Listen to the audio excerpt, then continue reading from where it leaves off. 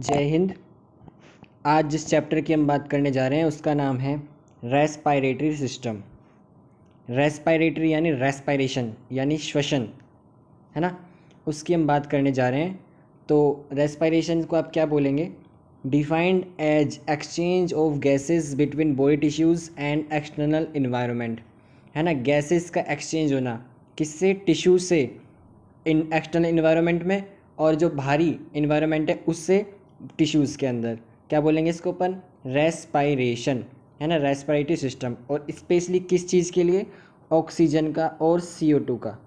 यानी ऑक्सीजन तो क्या होगी? अंदर आएगी, और CO2 क्या है? बाहर जाएगी। ठीक है। क्या क्या काम हुआ रेस्पिरेटरी सिस्टम का? अगर हम बात करें कि रेस्पिरेटरी सिस्टम हमारी बॉडी के अंदर क्या काम करता है, तो रेस्पिरेशन क्या करता है? Transport oxygen to tissues and excretion of carbon dioxide. ये क्या बनाई हमने? एक बनाया हमने रेस्पिरेटरी सिस्टम। जैसे ये बनाया हमने लंग्स, ठीक है। ये बनाया हमने लंग्स। इस लंग्स के पास क्या होगा? एयर आएगी यहाँ, और एयर आने के बाद क्या होगा? लंग्स के थ्रू ब्लड से क्या करेगी? एक्सचेंज करेगी। किसको? एयर को। ब्लड के अंदर क्या होगी?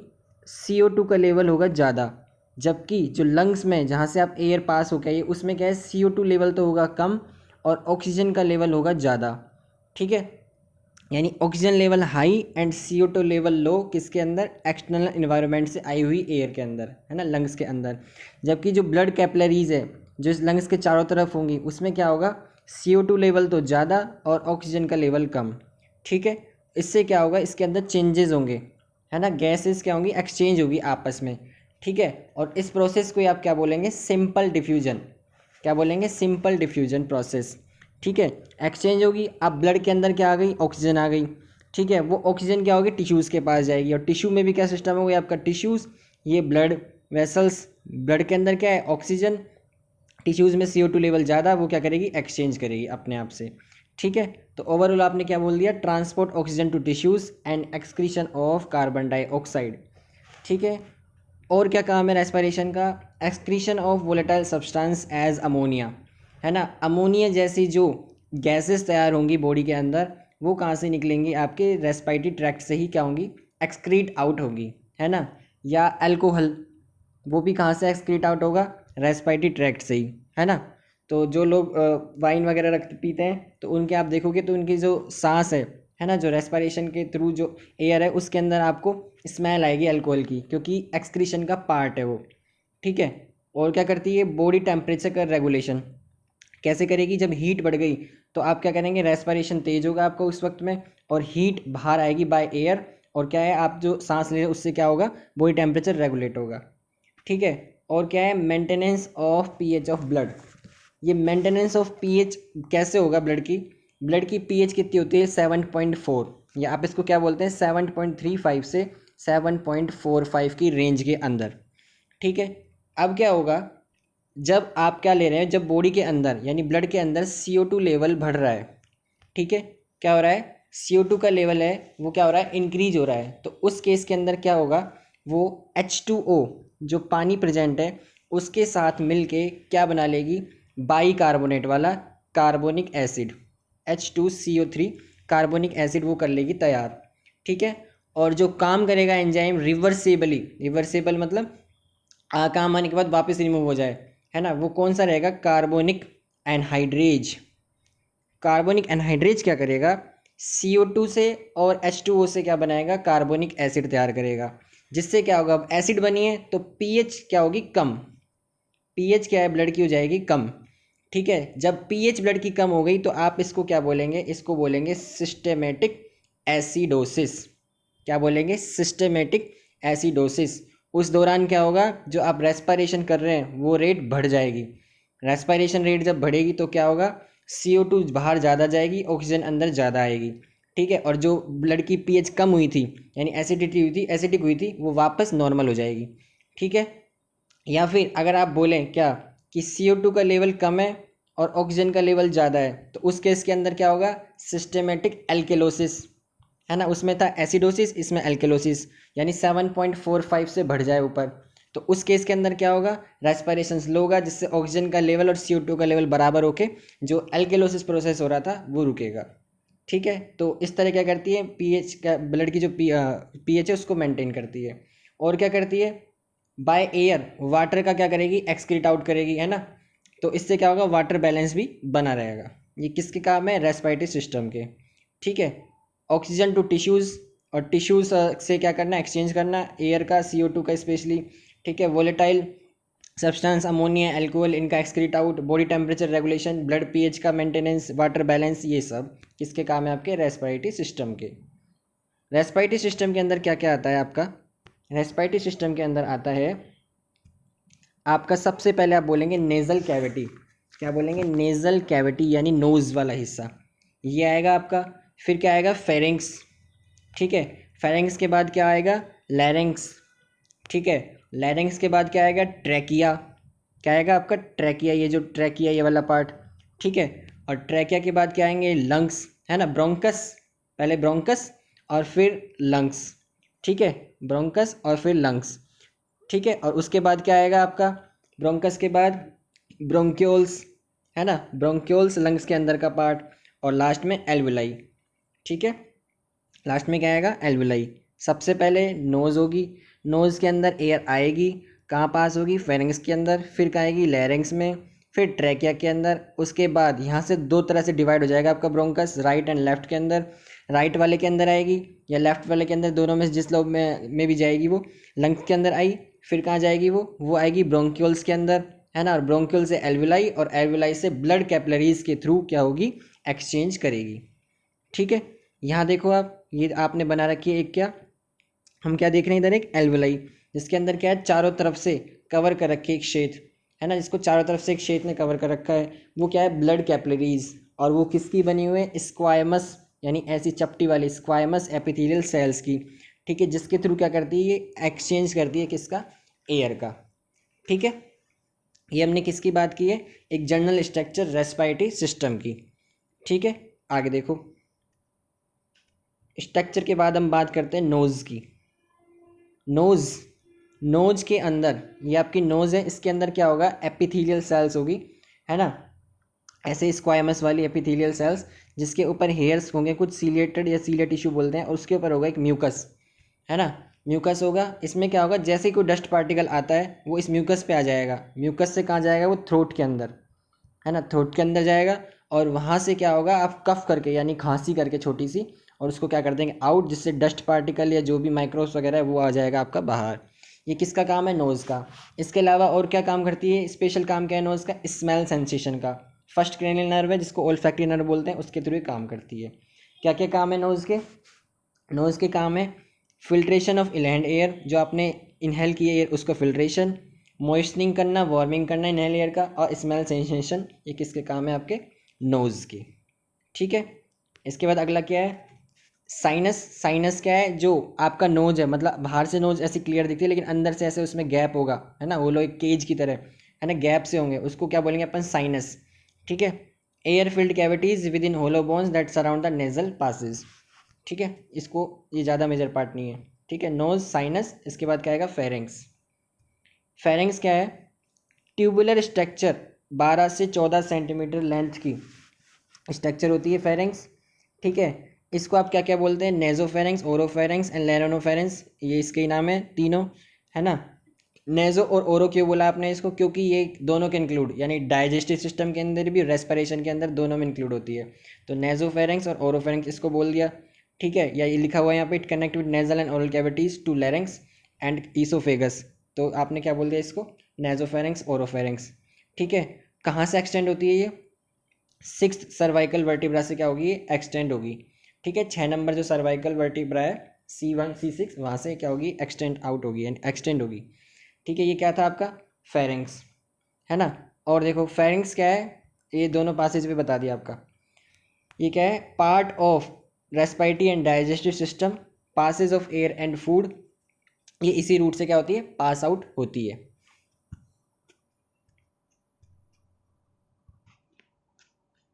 ठीक है, तो फेरिंग्स के बारे में क्या क्या बात होगी, 12 से 14 सेंटीमीटर लॉन्ग, है ना, 6 नंबर से सर्वाइकल वर्टिब्रा से एक्सटेंड, यानी आगे बढ़ेगी इसके बाद से, है ना। 6 नंबर की जो कितनी होती है सर्वाइकल जो नर्व्स बोलते हैं वो कितनी होती है, क्रैनियल नर्व्स 12th होती है, ठीक है। 12th होती है आपकी क्रैनियल नर्व्स। और आप जो वर्टिब्रा की बात करते हैं तो उसमें कौन कौन सी आती हैं, cervical vertebra, thoracic vertebra, lumbar vertebra, ये सब आती हैं। तो उसमें जो 6 नंबर है उसके बाद से क्या होती है, आगे बढ़ती है, ठीक है। यहाँ तक क्या है आपका फेरिंग्स वाला पार्ट, लैरिंग्स फेरिंग्स का पार्ट ओवरऑल बोले तो, ठीक है। फिर कनेक्ट कहाँ कहाँ से, नेजल से, ओरल कैविटीज से, और किसको कनेक्ट कर रही है, लैरिंग्स को एंड ईसोफेगस को, कौन, फेरिंग्स आपका, ठीक है। आगे देखो टॉन्सिल्स, टॉन्सिल्स किसका पार्ट है, लिम्फेटिक सिस्टम का, जो क्या करेगा, जैसे ही कोई इनहेल्ड एयर आई और उसके अंदर कोई माइक्रोब्स हुआ तो ये क्या करेगा, उस एंटीजन को ख़त्म कर देगा, है ना, उसे मार देगा। तो ये किसका काम है, आपके टॉन्सिल्स का, ठीक है। इससे ज़्यादा मेजर बात नहीं है कि लिम्फेटिक सिस्टम का पार्ट है और क्या करता है, ये आपके माइक्रोब्स को किल करने का काम करता है। आगे क्या है, लैरिंग्स, लैरिंग्स को क्या बोलते हैं, वॉइस बॉक्स, है ना। क्या बोलते हैं इसको, वॉइस बॉक्स, क्योंकि इससे ध्वनि उत्पन्न होती है ना, क्या होती है आपकी, क्या बोलते हैं, वॉइस जनरेट होती है, ठीक है। लैरिंग्स कंसिस्ट सम इरेगुलर कार्टिलेज, कौन कौन से, थायरॉइड कार्टिलेज 1, क्रिकोइड कार्टिलेज 1, है ना, एरिटेनॉइड कार्टिलेज 1 एंड एपिग्लोटिस 1, ठीक है। देखो जब अपन बोल रहे हैं थायरॉइड कार्टिलेज तो इसी को क्या बोलते हैं अपन, लेरिंगल प्रोमिनेंस, क्या बोलते हैं इसको, लेरिंगल, लेरिंगल प्रोमिनेंस, ठीक है। लेरिंगल प्रोमिनेंस बोलने की वजह क्या है, इसकी वजह ये है कि आपका आउटर पार्ट यानी एक्सटेंड होके बाहर तक नज़र आता है, ठीक है। थायराइड वाला जो हिस्सा आपको बाहर से नज़र आता है ना गले के पास में, इसी को अपन दूसरा नाम क्या बोलते हैं, एडम्स एप्पल, किसका नाम है, थायराइड कार्टिलेज का। तो क्वेश्चन अगर पूछे कि एडम्स एप्पल या लेरिंगल प्रोमिनेंस कौन सा हिस्सा है, कौन सा कार्टिलेज है, तो क्या है, 1, एक होता है टोटल कितने नंबर में, एक, कौन सा, थायराइड कार्टिलेज, ठीक है। इसके अलावा ये एपिग्लोटिस होती है इसके अंदर एक, ये एपिग्लोटिस क्या है, एक पत्ती की तरह, कैसे, पत्ती की तरह, जैसे ये आपका ट्रैकिया है इसके ऊपर ऐसे पत्ती की तरह होगी, जैसे ही फूड आएगा तो वो इसके अंदर प्रिवेंशन करेगी कि एंट्री ना हो, किसके अंदर, ट्रैकिया के अंदर, ठीक है। क्या होगा, इससे फूड आपका जो अंदर आ रहा था ट्रैकिया में वो रुक जाएगा, तो ये क्या करेगी, epiglottis prevent entry of food in trachea, कैसी शेप की, एक पत्ती की तरह, ठीक है, यानी ढक्कन की तरह इसके ऊपर बंद हो जाएगी। फंक्शन क्या क्या है इसके, लाइन्स के, speech vocal cord produce sound during expiration. देखो जैसे आपने बनाई एक स्ट्रक्चर, ठीक है, कैसे, ऐसे वोकल कोड की स्ट्रक्चर ऐसे बनाई, इसमें यहाँ क्या एक गैप, गैप है, ठीक है। ये फिल्म है, पतली फिल्म, क्या है, फिल्म, पतली फिल्म है, इसके बीच में गैप है। क्या लिख रहा है यहाँ पे वोकल कोड पे, एक्सपायरेशन यानी सांस बाहर करने के दौरान इस झिल्ली में क्या होगा, इसमें कंपन होगा, वाइब्रेशन होगा, उस वाइब्रेशन से क्या होगा, साउंड प्रोड्यूस होगी, ठीक है। जैसे आपने ये बनाया, वोकल कोड बनाया, नीचे से एयर आई, है ना, एयर आई, एयर आने से क्या होगा, इसमें वाइब्रेशन होगा, वाइब्रेशन से क्या है, साउंड प्रोड्यूस होगी, ठीक है। उस साउंड को आप अपने किससे, टंग, माउथ, है ना, इन सब के थ्रू, है ना, नोज़ भी काम करती है ओवरऑल, नोज़ के थ्रू क्या करेंगे आप, अलग अलग तरीके से मोड़ के, है ना, उसमें बदलाव करके क्या करेंगे, वॉइस जनरेट करेंगे, है ना, वॉइस करेंगे, है ना, बोलेंगे, यानी शब्द उत्पन्न करेंगे, ठीक है। तो ओवरऑल जो आप बोलेंगे वॉइस जनरेट करने का काम किसका है, वोकल कोड का, ठीक है। कब, जब आप सांस बाहर छोड़े उस वक्त में, ठीक है। जैसे अगर अपन छोटा बच्चा हो कोई, अपन उसकी जीभ पकड़ लें ना, टंग पकड़ लें, फिर बोलने को कहें तो केवल आवाज़ आवाज़ आएगी, क्योंकि क्या है, ध्वनि को आपने चेंज नहीं किया अलग अलग तरीके से। तो ये किसका काम है, वोकल कोड का। और क्या करती है, ये प्रोटेक्शन करती है लोअर रेस्पिरेटरी ट्रैक्ट को, ये आपको बता दिया है। इसके अलावा पासेज ऑफ एयर ये इसके थ्रू ही होता है, लैरिंग्स के थ्रू, ठीक है। ये कहाँ से कहाँ तक होती है, रिप्स में, सॉरी वर्टिब्रा में C3 से C6 तक क्या होती है, लैरिंग्स होती है आपकी, ठीक है। C3 से C6 सर्वाइकल 3 नंबर से सर्वाइकल 6 नंबर तक क्या होती है, लैरिंग्स आपकी एक्सटेंड होती है, ठीक है। अगला पार्ट क्या है इसके बाद, इसके बाद है ट्रैकिया। ट्रैकिया को क्या बोलते हैं आप, विंड पाइप, एयर का पाइप। जैसे आपने नोज़ बनाई, नोज़ के बाद ये ट्रैकिया बनाया, है ना, ट्रैकिया के बाद ये आपने बना दी इसमें लंग्स, ठीक है, लंग्स बना दिए ऐसे दोनों तरफ। तो ये क्या है, एक विंड पाइप है, यानी एयर पास होती है जिससे, ठीक है। कहाँ होता है, ईसोफेगस के सामने प्रेजेंट होता है ये। 10 से 11 सेंटीमीटर क्या होती है, लेंथ होती है ना, कितनी सेंटीमीटर लेंथ, 10 से 11 सेंटीमीटर की। और ये लेफ्ट एंड राइट दो ब्रोंकस के अंदर क्या हो जाता है, चेंज हो जाता है आगे जाके, ठीक है। कौन से नंबर पोजीशन पे, 5th, किस पे, 5th थोरेसिक वर्टिब्रा के अंदर, ठीक है। देखो, जब हम बोल रहे थे किसके बाद, किसकी बोली थी, लैरिंक्स की, तो वो कहाँ था, C3 से C6 तक। ठीक है, C3 से C6 तक क्या था, एक्स्ट्रा पूरा का पूरा क्या था आपका, लैरिंक्स का पार्ट आ रहा था। जब ट्रैकिया बोला है तो ये कहाँ से होगा, C6 से, और कहाँ तक, टी, कहाँ तक, T5 तक। सर्वाइकल से थोरोसिक्स वर्टिब्रा नंबर 5 तक क्या होगा आपका, होगा ट्रैकिया का पार्ट। ठीक है, 6 पे अगर लैरिंक्स खत्म हो रहा है उसके बाद ट्रैकिया आ रहा है, यानी 6 नंबर से थोरोसिक्स 5 नंबर तक क्या होगा आपका, ट्रैकिया। उसमें 5th नंबर की थोरोसिक्स वर्टिब्रा लास्ट पार्ट आ गया इसके, किसका, ट्रैकिया का। तो यहाँ से क्या होगी, डिवाइड हो गई है, डिवाइड होकर किस किस में पार्ट बन गई, दो तरह से ऐसे। ठीक है, ये क्या बोल दिया इसने, आप अपन क्या बोल दिया इसको, L5। ठीक है, और ये कहाँ से थी, C6 से। 5 पे दो पार्ट में बट गई, कौन कौन से, राइट एंड लेफ्ट ब्रोंकस के अंदर। ठीक है, इसके अंदर क्या होगा आपके ट्रैकिया के अंदर, ये जैसे ट्रैकिया बनाई इसके अंदर ऐसे, पूरा नहीं है सर्कल, है ना, पूरा सर्कल नहीं बनाया, आधा। ठीक है, ऐसे क्या होगी, C शेप्ड की रिंग्स होगी हाइलिन कार्टिलेज की, किसकी, हाइलिन कार्टिलेज की, ट्रैकिया, और ऐसी अधूरी, है ना, ऐसी कुछ रिंग्स होगी C शेप्ड की, जिसको क्या बोलेंगे, हाइलिन कार्टिलेज, जो कितनी होती है, 16 से 20, है ना। टोटल नंबर कितना, 16 to 20 incomplete hyaline cartilage are present, किसके अंदर, ये होती है आपकी ट्रैकिया के अंदर। ठीक है, आगे देखो,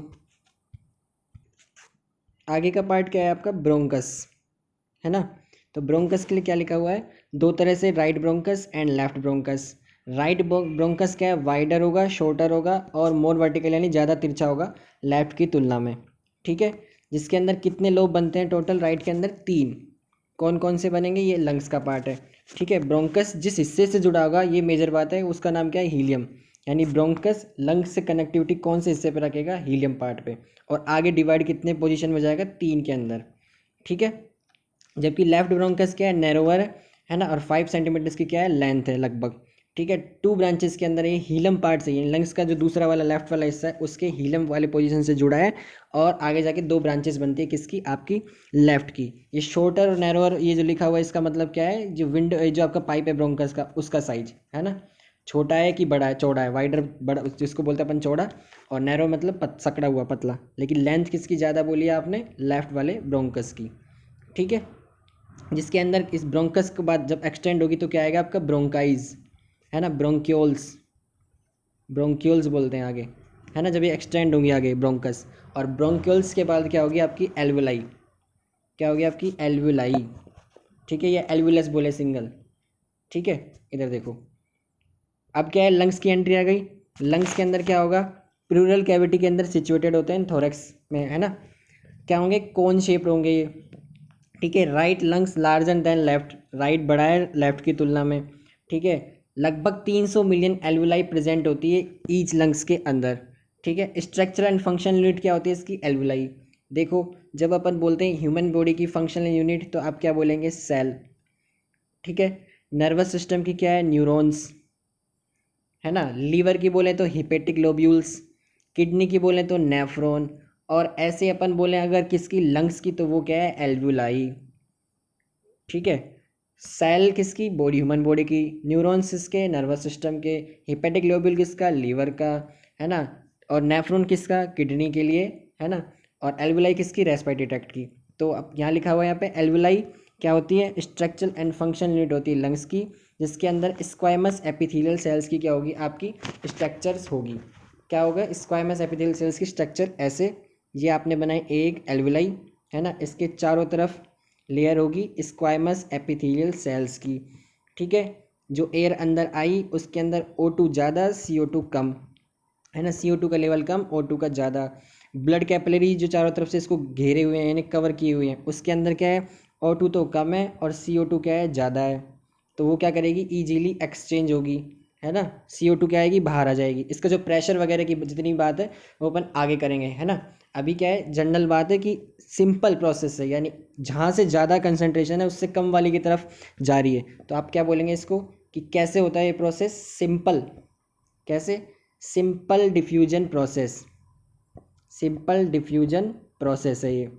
ठीक है, और जो सेल्स हैं वो कुछ किसकी बनी है, स्क्वायमस एपिथेलियल सेल्स की बनी होती है। ठीक है, राइट लंग कितने पार्ट में डिवाइडेड है? Superior lobe, middle lobe, inferior lobe, है ना। लेफ्ट वाला सुपीरियर एंड इन्फीरियर लोब के अंदर सब डिवाइडेड है। ठीक है, ये किसकी बात की अपन ने? लंग्स की बात की है। आगे देखो, आगे रेस्पिरेटरी मसल्स। इंस्पायरेशन के दौरान कौन कौन सी ली है अपन ने? डायफ्राम एंड इंटरकोस्टल नर्व, है ना। डायफ्राम मसल्स बोलिए एक तो अपन ने, कौन सी? डायफ्राम मसल्स, और दूसरा इंटरकोस्टल। डायफ्राम क्या होती है? जो सप्लाई करे फिनेरिक नर्व के थ्रू, और इंटरकोस्टल के लिए इंटरकोस्टल नर्व है। एक्सटर्नल इंटरकोस्टल मसल बोलते हैं इसको। क्या बोलते हैं? External intercostal muscles. जब आपने क्या किया, सांस अंदर ली, ठीक है, एयर अंदर आई, एयर अंदर आई तो क्या होगा, आपका जो डायफ्राम है और एक्सटर्नल इंटरकोस्टल मसल्स है वो क्या होंगी? कॉन्ट्रैक्ट। क्या होंगी? कॉन्ट्रैक्ट। ठीक है, जब आपने एयर बाहर की यानी आउट की, उस वक्त में क्या होगा, ये हो जाएंगी दोनों की दोनों डायलेट। क्या हो जाएंगी? डायलेट। कौन सी? एक्सटर्नल इंटरकोस्टल मसल्स और डायफ्राम। जब आपने सांस ली उस वक्त में क्या होंगी? कॉन्ट्रैक्ट। जब सांस छोड़ोगे तो क्या हो जाएगी? डायलेट। जब आप फोर्सफुली सांस, ज़बरदस्ती जैसे अपन फूंक वगैरह करते हैं, तो क्या होगा उस केस के अंदर? प्राइमरी मसल्स कौन सी? इंटरकोस्टल, इंटरनल इंटरकोस्टल मसल्स और एब्डोमिनल मसल्स क्या होंगी? कॉन्ट्रैक्ट, है ना। जैसे आप सांस लेके देखो एक बार, तो डायफ्राम क्या होगा? आपका कॉन्ट्रैक्ट हो जाएगा, और जो आपका जो चेस्ट है वो भी बड़ा हो जाएगा, फूल जाएगा, है ना। कॉन्ट्रैक्ट वाला हिस्सा हो गया। जब आपने फोर्सफुली छोड़ोगे तो एब्डोमिनल मसल्स हैं वो क्या होंगी? कॉन्ट्रैक्ट हो जाएंगी, और इंटरनल इंटरकोस्टल मसल्स हैं वो भी क्या होंगी? आपकी कॉन्ट्रैक्ट हो जाएंगी। ठीक है, जो जिसको मतलब क्या बोलेंगे अपन? एक्सपायरेशन मसल्स, है ना, एक्सपायरेटरी मसल्स बोलेंगे। जो आपका क्या बोलते हैं, जो रेस्पिरेशन है वो कौन कंट्रोल करता है? ऑटोनॉमिकली, यानी सो रहे हैं, जग रहे हैं, कुछ भी कर रहे हैं अपन एक्स वाई जेड काम, तो उस वक्त के अंदर पोन्स एंड मेडुला ओब्लोगेंटा, है ना, ये क्या करते हैं? आपके रेस्पिरेशन को क्या करते हैं? रेगुलेट करते हैं। ठीक है, जब आपसे खुद से कहा जाए सांस जोर से लेनी है, धीरे लेनी है, यानी वॉलेंट्री, यानी खुद से इच्छा से करना है कंट्रोल, तब कौन करता है? आपका सेरिब्रल कॉर्टेक्स क्या करता है? कंट्रोल करता है उस वक्त में। किसको? रेस्पिरेशन को रेगुलेट करता है। ठीक है, ये एक मेजर बात थी, है ना, जानने योग्य, कि ऑटोनॉमिकल रेगुलेशन अगर कोई पूछे तो क्या बोलना है आपको? Pons and medulla oblongata. ठीक है, और अगर आपसे पूछा जाए क्या, कि एक्सपायरेशन के दौरान क्या करेगा, तो आप बोलेंगे सेरिब्रल कॉर्टेक्स। ये क्या करता है? आपका कंट्रोल करता है आपके रेस्पिरेशन प्रोसेस के अंदर। ठीक है, तो आज अपन ने क्या क्या बात की है? आज हमने जर्नल डिस्क्रिप्शन लिया है। इसके बाद अपन जो बात करेंगे वो करेंगे मैकेनिज्म कैसे कैसे होती है ना, टेस्ट कौन से होते हैं इसके लिए, फंक्शंस कैसे कैसे हैं, ठीक है, और कितनी नॉर्मल वॉल्यूम वगैरह होती है, वाइटल कैपेसिटी, रेसिडुअल कैपेसिटी, ये इन सब की बात करेंगे अपन अगली वीडियो में, है ना। तो आज क्या क्या देखा? ऑक्सीजन और टिश्यूज़ का एक्सक्रीशन आउट, है ना, एक्सचेंज करना, ये होता है किसका काम? रेस्पिरेशन का, है ना। अमोनिया, अल्कोहल जैसी का एक्सक्रीशन करना, बॉडी टेम्परेचर मेंटेन करना, वाटर बैलेंस करना, ये सब किसके काम है? रेस्पिरेशन के। फिर क्या देखा? इसकी स्ट्रक्चर्स, जिसमें क्या क्या है? आपके नोज़ है ना, टॉन्सिल्स है, फेरेंक्स, लैरेंक्स, ट्रैकिया। फिर उसके बाद ट्रैकिया के बाद क्या है? ये कहाँ पे? C5 के पास, है ना, सॉरी C5 के पास नहीं, ये कौन सी पोजीशन है?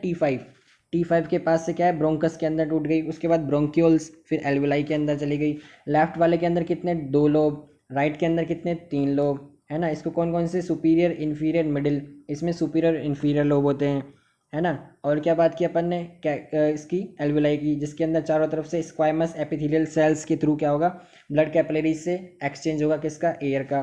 ठीक है, फिर क्या बोला अपन ने? नोज़, नोज़ का काम बता दिया, इन्हेलेशन करना, स्मेल सेंसेशन इसका मेजर काम है।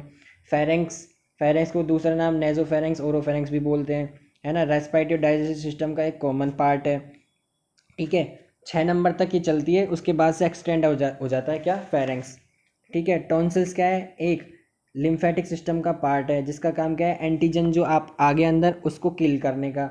फिर क्या बोला हमने? लैरिंक्स, लैरिंक्स क्या है? वॉइस बॉक्स है, जिसके अंदर क्या होगा? आपका वोकल कॉर्ड होगी, जिसमें वाइब्रेशन होगा, है ना, वाइब्रेशन के थ्रू क्या होगा? वॉइस जनरेट होगी।